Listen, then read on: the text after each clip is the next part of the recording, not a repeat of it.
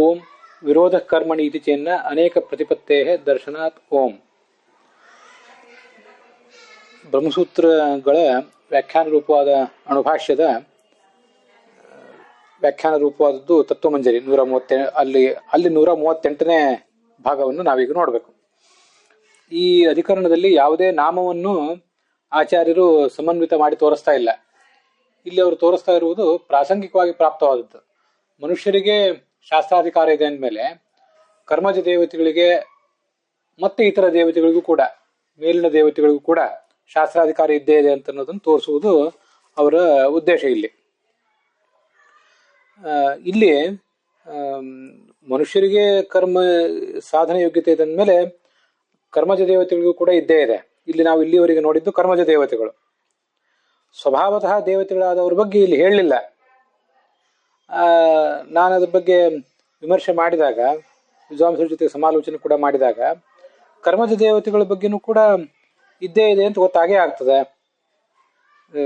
ಮನುಷ್ಯರಿಗೆ ಇದೆ, ಕರ್ಮಜ ದೇವತೆಗಳಿಗೆ ಇದೆ ಅಂತ ಆದ್ಮೇಲೆ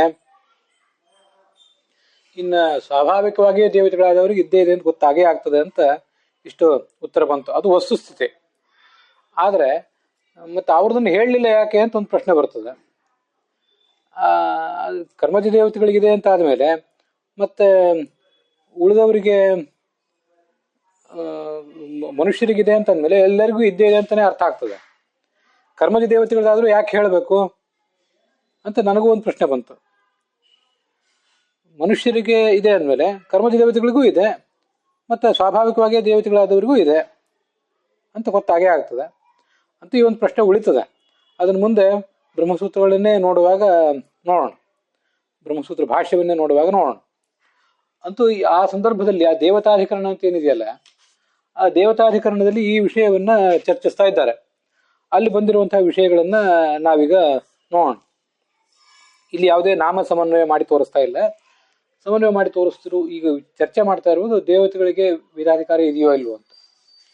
ಈ ಹಿಂದಿನ ತದುಪರ್ಯಪಿ ಬಾದರಾಯಣ ಸಂಭವಾತ್ ಅನ್ನೋ ಸೂತ್ರದಲ್ಲಿ ದೇವತೆಗಳಿಗೂ ಕೂಡ ವೇದಾಧಿಕಾರ ಇದ್ದೇ ಇದೆ, ನಿಷೇಧ ಎಲ್ಲಿಯೂ ಮಾಡಲಿಲ್ಲ. ಅದು ಕರ್ಮಜ ದೇವತೆಗಳಿಗೆ ವೇದಾಧಿಕಾರ ಇದ್ದೇ ಇದೆ ಅಂತ ಇಷ್ಟು ಪ್ರಶ್ನೆ ಅಲ್ಲಿ ಬಂದಿತ್ತು, ಇಷ್ಟು ವಿಷಯ ಅಲ್ಲಿ ಪ್ರಸ್ತುತ ಆಗಿತ್ತು. ಇನ್ನು ಮುಂದೆ ನಾವು ಮುಂದಿನ ವಿಷಯವನ್ನು ನೋಡಬೇಕು. ಮನುಷ್ಯಾಃ ಏವ ದೇವಾದಯಃ ಭವಂತಿ ಇತಿ ತದುಪರಿ ಇತ್ಯುಕ್ತಂ. ಬ್ರಹ್ಮಸೂತ್ರ ಭಾಷ್ಯದಲ್ಲಿರುವ ವಾಕ್ಯವನ್ನು ನಾನು ನೋಡ್ತಾ ಇದ್ದೇನೆ.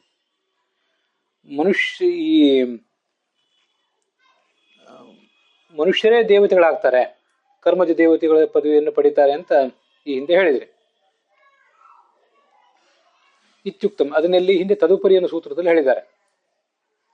ತತ್ರ ಯದಿ ಮನುಷ್ಯಾಃ ಸಂತಹ ದೇವಾದಯಃ ಭವಂತಿ, ಮನುಷ್ಯರಾಗಿದ್ದವರೇ ದೇವತೆಗಳಾಗ್ತಾರೆ ಅಂತ ಆದ್ರೆ ತತ್ಪೂರ್ವಂ ದೇವತಾಭಾವಾತ್ ದೇವತೋದ್ದಿಷ್ಟ ಕರ್ಮಣಿ ವಿರೋಧ ಇತಿ ಚೇತ್. ಪ್ರಶ್ನೆ ಮಾಡುವ ತಾತ್ಪರ್ಯ ಏನಂದ್ರೆ, ಮನುಷ್ಯರಾಗಿದ್ದವರೇ ದೇವತೆಗಳಾಗ್ತಾರೆ. ಹಾಗಾದ್ರೆ ಮನುಷ್ಯರಾಗಿದ್ದವರು ಸಾಧನೆ ಮಾಡಿ ದೇವತೆಗಳಾಗೋದಕ್ಕಿಂತ ಮುಂಚೆ ಅಲ್ಲಿ ಯಾರೂ ಇರ್ಲಿಲ್ಲ ಅಂತ ಆಯ್ತಲ್ಲ.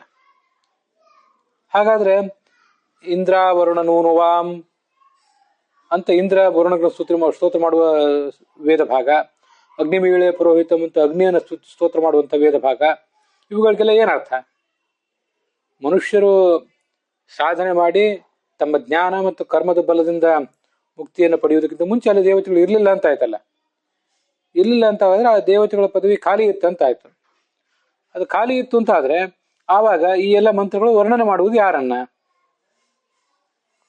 ಸರಿಯಾ ಅಂತ ಪ್ರಶ್ನೆ. ಹಾಗಾದ್ರೆ ದೇವತೆಗಳು ಇರಲಿಲ್ಲ ಅಂದ್ರೆ ದೇವತೆಗಳನ್ನ ಉದ್ದೇಶ ಮಾಡಿ ಕರ್ಮ ಮಾಡುವುದು ಯಾಕೆ? ಕರ್ಮ ಮಾಡುವುದೇ ವಿರುದ್ಧ ಆಗ್ತದಲ್ಲ ಅಂತ ಒಂದು ಪ್ರಶ್ನೆ ನಾವು ಬರಬಹುದು. ಸರಿಯಾ? ನ ಅನೇಕೇಶಾಂ ದೇವತಾಪದ ಪ್ರತಿಪತ್ಯ ದರ್ಶನಾತ್. ಬ್ರಹ್ಮಸೂತ್ರ ಭಾಷ್ಯದಲ್ಲಿ ಇವೆಲ್ಲ ವಾಕ್ಯ. ಇವ್ರು ಯಾರೋ ಕೆಲವರು ಈಗ ದೇವತೆಗಳ ಪದವಿಗೆ ಬಂದ್ರು ಅಂತ ತಿಳ್ಕೊಬೇಡಿ. ಅನೇಕ ಜನ ದೇವತಾ ಪದವಿಯಲ್ಲಿ ಇದ್ದೇ ಇರ್ತಾರೆ. ಸರಿಯಾ? ಅನೇಕೇಶಾಂ ದೇವತಾಪದ ಪ್ರತಿಪತ್ತಿ ಅಂದ್ರೆ ಹೊಂದುವಿಕೆ. ಆ ದೇವತಾ ಪದದಲ್ಲಿ ಅವರೆಲ್ಲ ಇದ್ದೇ ಇರ್ತಾರೆ ಅಂತ ಅನ್ನೋದು ಶಾಸ್ತ್ರದಲ್ಲಿ ಕಂಡಿದೆ. ಆದ್ರಿಂದ ಹಿಂದೆನೂ ಇದ್ರು, ಹಿಂದೆನೂ ಇರ್ತಾರೆ. ಹಿಂದಿದ್ದವ್ರು ಹೋಗ್ತಾರೆ, ಮಹಾಪದವಿ ಬೇರೆಯವರು ಬರ್ತಾರೆ. ಸರಿಯಾ? ದೇಹನಾಕಂ ಮಹಿಮಾನ ಸಚಂತೆ ಯತ್ರ ಪೂರ್ವೇ ಸಾಧ್ಯ ಸಂತಿ ದೇವಾ ಅಂತ ಪುರುಷ ಸೂಕ್ತ. ಸಚಂತೆ ಯತ್ರ ಪೂರ್ವೇ ಅಂತ ಹೇಳಿ ಸಚಂತೆ ಅಂತ ಏಕಾರ ಪ್ರಯೋಗ ಮಾಡಿದ್ರೆ ಅದು ಯಜುರ್ವೇದದ ಪುರುಷ ಸೂಕ್ತ. ಸಚಂತ ಯತ್ರ ಪೂರ್ವೇ ಅಂತ ಸಚಂತ ಅಂತ ಪ್ರಯೋಗ ಮಾಡಿದ್ರೆ ಅದು ಋಗ್ವೇದ. ಪ್ರಾಸಂಗಿಕವಾಗಿ ಹೇಳಿದೆ, ಅಲ್ಲಿ ಆಚಾರ ಪ್ರಯೋಗ ಮಾಡಿರೋದು ಒಂದೇ ಇದೆ, ನೆನಪು ಬಂತು ಅಂತ ಹೇಳಿದೆ. ಮಹಾಗುಣಶಾಲಿಗಳಾದಂಥ ದೇವತೆಗಳು ಮೋಕ್ಷಕ್ಕೆ ಹೋದಾಗ ಈಗಾಗಲೇ ಅಲ್ಲಿ ಮೋಕ್ಷವನ್ನು ಹೊಂದಿರುವಂಥ ದೇವತೆಗಳು ಕೆಲವರು ಇದ್ರು. ಆ ದೇವತೆಗಳ ಸ್ಥಾನಕ್ಕೆ ಇವರು ಕೂಡ ಹೋದ್ರು. ಆ ದೇವತೆಗಳು ಈ ದೇವತೆಗಳು ಎಲ್ಲರೂ ಕೂಡ ಒಟ್ಟುಗೂಡಿದ್ರು ಅಲ್ಲಿ ಅಂತ ತಾತ್ಪರ್ಯ. ಸರಿಯಾ?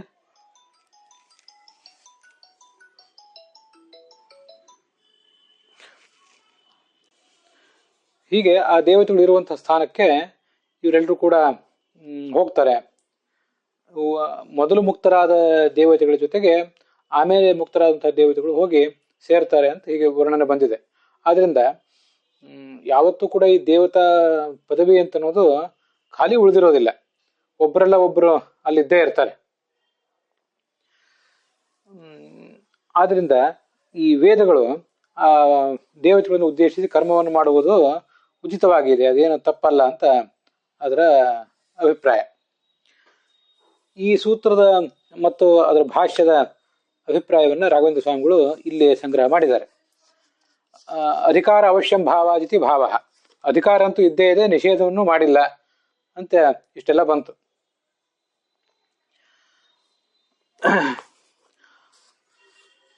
ನಚ ಏವಂ ದೇವತಾನಾಂ ಅದ್ಯಂತವತ್ವೇ ಕರ್ಮಣಿ ಶಬ್ದೇಚ ವಿರೋಧ ಅಂತ ಇಷ್ಟು ಪ್ರಶ್ನೆ. ದೇವತೆಗಳಿಗೆ ಆದ್ಯಂತ ಇರುವುದಾದ್ರೆ, ಅಂದ್ರೆ ಆ ದೇವತೆಗಳು ಒಮ್ಮೆ ಹುಟ್ಟುತ್ತಾರೆ ಮತ್ತೆ ಅವರು ಮತ್ತೆ ನಾಶ ಹೊಂದುತ್ತಾರೆ ಅಂತ ಆದ್ರೆ, ಕರ್ಮಣಿ ಶಬ್ದೇಚ ವಿರೋಧ, ಕರ್ಮ ಅಂದ್ರೆ ಆ ದೇವತೆಗಳನ್ನು ಉದ್ದೇಶಿಸಿ ಮಾಡುವಂತಹ ಕರ್ಮಗಳು, ಆ ಕರ್ಮ ಮಾಡುವುದು ಹೇಗೆ ಅಂತ ಸಮಸ್ಯೆ. ದೇವತೆಗಳೇ ಒಂದು ಯಾವ್ದಾದ್ರು ಕಾಲದಲ್ಲಿ, ದೇವತೆಗಳು ಹುಟ್ಟುವುದಕ್ಕಿಂತ ಮುಂಚೆ ಮತ್ತೆ ದೇವತೆಗಳು ಗತಿಸಿದ ಬಳಿಕ ಕರ್ಮವನ್ನು ಮಾಡುವುದು ಹೇಗೆ ಅಂತ ಈಗ ಪ್ರಶ್ನೆ ಬರ್ತದೆ. ಆದ್ಯಂತ ಇರುವುದಾದ್ರೆ ಕರ್ಮ, ಅವರನ್ನು ಉದ್ದೇಶಿಸಿ ಮಾಡುವ ಕರ್ಮ ಹೇಗೆ ಮಾಡೋದು? ಕರ್ಮಣಿ ವಿರೋಧ. ಮತ್ತೆ ಶಬ್ದೇಚ ವಿರೋಧ ಅಂತ ಇನ್ನೊಂದು ಪ್ರಶ್ನೆ. ಶಬ್ದೇಚ ವಿರೋಧ ಅಂದ್ರೆ ಶಬ್ದ ಅಂದ್ರೆ ವೇದ ರೂಪವಾದ ಶಬ್ದ, ವೇದ ರೂಪವಾದ ಶಬ್ದ ಅವ್ರನ್ನ ಪ್ರತಿಪಾದನೆ ಮಾಡೋದು ಹೇಗೆ ಅಂತ ಮತ್ತೊಂದು ಪ್ರಶ್ನೆ. ಹೀಗೆ ಕರ್ಮಣಿ ಶಬ್ದೇಚ ವಿರೋಧ ಅಂತ ರಾಘವೇಂದ್ರ ಸ್ವಾಮಿಗಳು ಅದನ್ನ ಹೇಳಿದ್ದಾರೆ. ವಿರೋಧ ಕರ್ಮಣಿ ಇತಿ ಚೇನ್ನ ಅನೇಕ ಪ್ರತಿಪತ್ತೇ ದರ್ಶನಾತ್ ಅಂತದೆ. ಇಲ್ಲಿ ಈ ಸೂತ್ರ ಗಮನಿಸ್ಬೇಕು. ಆ 27ನೇ ಸೂತ್ರದಲ್ಲಿ ಕರ್ಮದ ಬಗ್ಗೆ ಇದೆ, ಮತ್ತೆ 28ನೇ ಸೂತ್ರದ ಬಗ್ಗೆ ಶಬ್ದದ ಬಗ್ಗೆ ಇದೆ. ಅವೆರಡನ್ನೂ ಸೇರಿ ರಾಘವೇಂದ್ರ ಸ್ವಾಮಿಗಳು ಕರ್ಮಣಿ ಶಬ್ದೇಚ ಅಂತ ತಗೊಂಡಿದ್ದಾರೆ. 28ನೇ ಸೂತ್ರದಲ್ಲಿ ವಾಚಾ ವಿರೂಪ ನಿತ್ಯ ಇತ್ಯಾದಿ ಶ್ರುತೇ ಆಪ್ತಿ ನಿಶ್ಚಯಾತ್ ನಿತ್ಯತ್ವಾಪೇಕ್ಷತ್ವಾಚ್ಚ ಮೂಲ ಪ್ರಾಮಾಣ್ಯಸ್ಯ ಸ್ವತಃ ಪ್ರಾಮಾಣ್ಯ ಪ್ರಸಿದ್ಧೇಶ್ಚ ನಿತ್ಯತ್ವಾತ್ ವೇದಸ್ಯ ತದುದಿತ ಶಬ್ದಾನಾಂ ದೇವಾನಾಂ ತದುದಿತಾನಾಂ ದೇವಾನಾಂ ಅನಿತ್ಯತ್ವಾತ್ ಪುನಃ ಅನ್ಯಭಾವ ನಿಯಮಾಭಾವಾಚ್ಚ ಶಬ್ದೇ ವಿರೋಧ ಇತಿ ಚೆನ್ನ. ಅದನ್ನ 27ನೇ ಸೂತ್ರದಲ್ಲಿ ಕರ್ಮಣಿ ವಿರೋಧ, ದೇವತೆಗಳೇ ಇಲ್ಲದೆ ಹೋದರೆ ಕರ್ಮ ಮಾಡೋದು ಹೇಗೆ ಅಂತ ಪ್ರಶ್ನೆ. ಇಲ್ಲಿ ಶಬ್ದೇ ವಿರೋಧ, ಆ ವೇದವೆಂಬ ಶಬ್ದಕ್ಕೇನೆ ಅಪ್ರಾಮಾಣ್ಯ ಬರ್ತದಲ್ಲ ಅಂತ ಪ್ರಶ್ನೆ. ರಾಘವೇಂದ್ರ ಸ್ವಾಮಿ ಹೇಳಿದ್ದನ್ನ ಸ್ವಲ್ಪ ವಿವರವಾಗಿ ಈ ಸೂತ್ರದಲ್ಲಿ ನೋಡ್ಬೇಕು. ವಾಚಾ ವಿರೂಪ ನಿತ್ಯಯ ಸ್ತೌಮಿ ಬ್ರಹ್ಮದತ್ ಪರಮಂ ಪದಂ ಇತ್ಯಾದಿ ವೇದವಾಕ್ಯಗಳಲ್ಲಿ ಈ ತತ್ವನಿರ್ಣಯದಲ್ಲಿ ಬಂದಿರುವಂತಹ ಒಂದು ವೇದವಾಕ್ಯ ಇದು. ತತ್ವನಿರ್ಣಯದಲ್ಲಿ ಉದ್ಧರಿಸಿದ್ದಾರೆ. ಈ ಒಂದು ವೇದವಾಕ್ಯದಿಂದ ನಮಗೇನ್ ತಿಳಿತಾ ಇದೆ? ನಿತ್ಯವಾದ ಶಬ್ದದಿಂದ ನಾನು ಮಾತಾಡ್ತಾ ಇದ್ದೀನಿ, ನಿತ್ಯವಾದ ಶಬ್ದದಿಂದ ಭಗವಂತನ ಸ್ತುತಿಸ್ತೇನೆ. ವಿರೂಪ ಅಂತ ಋಷಿಯನ್ನು ಕುರಿತು ಸಂಬೋಧನೆ, ಅದು ನಿತ್ಯ ವಾಚಾ ಸ್ತೌಮಿ ಅಂತ ಸಂಬೋಧನೆ ಕಾಣಿಸ್ತಾ ಇದೆ. ವಾಚಾ ವಿರೂಪ ನಿತ್ಯ ಅಂತಿದು. ಈ ಒಂದು ವೇದ ವಾಕ್ಯದಿಂದ ವೇದವು ನಿತ್ಯ ಅಂತ ಗೊತ್ತಾಗ್ತದೆ. ಅದು ವೇದವು ನಿತ್ಯ ಅಂತಾನೆ ಒಪ್ಪಬೇಕು. ಅನಿತ್ಯ ಆಗಿಬಿಟ್ರೆ ಏನ್ ಸಮಸ್ಯೆ ಅಂದ್ರೆ, ಅದನ್ನು ರಚಿಸಿರುವಂತಹ ಒಬ್ಬ ವ್ಯಕ್ತಿ ಇರಬೇಕಾಗ್ತದೆ. ನಿತ್ಯ ಆಗಿಬಿಟ್ರೆ ಅದಕ್ಕೆ ಅದನ್ನು ರಚಿಸಿರುವಂತಹ ಯಾವುದೇ ವ್ಯಕ್ತಿ ಇರಬೇಕಾಗಿಲ್ಲ. ಅನಿತ್ಯ ಆಗಿಬಿಟ್ರೆ ಅದನ್ನು ರಚಿಸಿರುವಂತ ವ್ಯಕ್ತಿ ಇರಬೇಕಾಗ್ತದೆ. ರಚಿಸಿರುವಂತ ವ್ಯಕ್ತಿ ಇದ್ದಾನೆ ಅಂತ ಆಗ್ಬಿಟ್ರೆ ಆ ವ್ಯಕ್ತಿಯನ್ನು ನಂಬೋದು ಹೇಗೆ ಅಂತ ಮತ್ತೆ ಪ್ರಶ್ನೆ ಬರ್ತದೆ. ಇಷ್ಟೆಲ್ಲ ಸಮಸ್ಯೆಗಳು ಅದಕ್ಕೆ.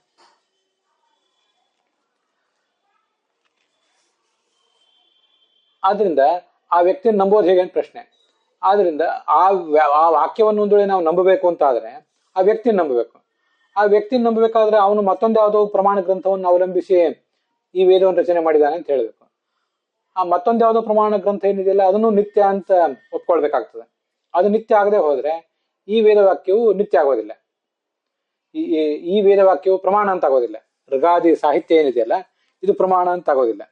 ಇದನ್ನ ಪ್ರಮಾಣ ಅಂತ ನಾವು ಸಮರ್ಥನೆ ಮಾಡ್ಬೇಕಾದ್ರೆ ಆ ವೇದವಾಕ್ಯ ಅಂತ ಅನ್ನೋದು ವೇದವಾಕ್ಯಕ್ಕೆ ಮೂಲವಾದಂತ ಮತ್ತೆ ಒಂದು ಯಾವುದೋ ಶಾಸ್ತ್ರ ಏನಿದೆ ಅದನ್ನ ಪ್ರಮಾಣ ಅಂತ ಹೇಳ್ಬೇಕು. ಮತ್ತೆ ಅದು ಹೇಗೆ ಪ್ರಮಾಣ ಅಂತ ತೋರಿಸ್ಬೇಕು ನಾವು. ಅದು ನಿತ್ಯ ಆಗದೆ ಅದು ಪ್ರಮಾಣ ಆಗ್ಲಿಕ್ಕೆ ಸಾಧ್ಯ ಇಲ್ಲ.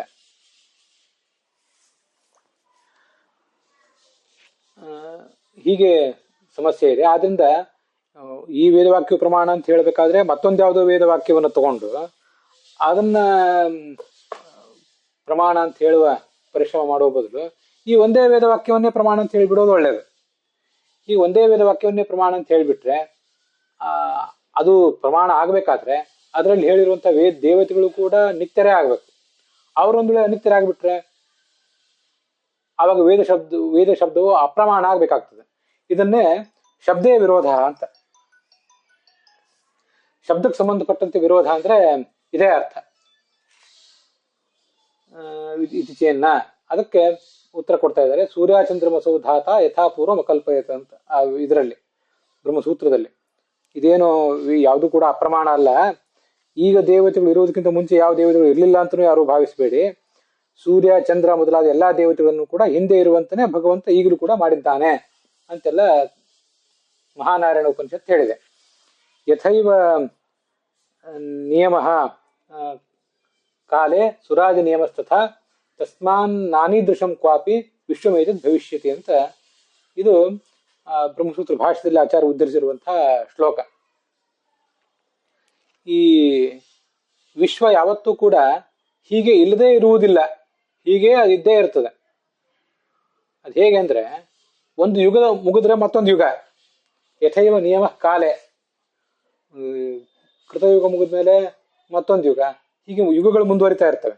ಚತುರ್ಯುಗ ಮುಗಿದ್ಮೇಲೆ ಮತ್ತೊಂದು ಕಲ್ಪ, ಈ ಸೃಷ್ಟಿ ಮುಗಿದ್ಮೇಲೆ ಮತ್ತೊಂದು ಸೃಷ್ಟಿ. ಆದ ಕಾಲ ಯಾವತ್ತೂ ಕೂಡ ನಿಲುಗಡೆಯನ್ನು ಪಡೆಯೋದಿಲ್ಲ. ಅದರಂತೆ ಈ ದೇವತೆಗಳ ಗಣಗಳು ಕೂಡ ನಿಲುಗಡೆಯನ್ನು ಯಾವತ್ತೂ ಕೂಡ ಪಡೆಯೋದಿಲ್ಲ. ಸುರಾದಿ ನಿಯಮಸ್ತಥಾ, ಇವತ್ತು ಹೇಗಿದೆಯೋ ಹಾಗೆ ಇದೇ ತರದ ಚಕ್ರ ಯಾವತ್ತೂ ಕೂಡ ನಡೀತಾ ಇರ್ತದೆ. ಹಿಂದೆ ಯಾವತ್ತೂ ಕೂಡ ವಿಶ್ವ ಈ ತರ ಇಲ್ಲದಿರುವುದಿಲ್ಲ ಅಂತ ವೇದವಾಕ್ಯ ಇದೆ. ಅತಯವ ಶಬ್ದಾತ್ ತೇಷಾಂ ಪ್ರಭವ ನಿಯಮಾತ್. ಈ ವೇದವಾಕ್ಯದಿಂದಲೇ ಅವರೆಲ್ಲರೂ ಕೂಡ ಹಿಂದೆ ಇರುವಂತೆ ಈಗಲೂ ಇರ್ತಾರೆ, ಈಗ ಇರುವಂತೆ ಮುಂದೆಯೂ ಇರ್ತಾರೆ.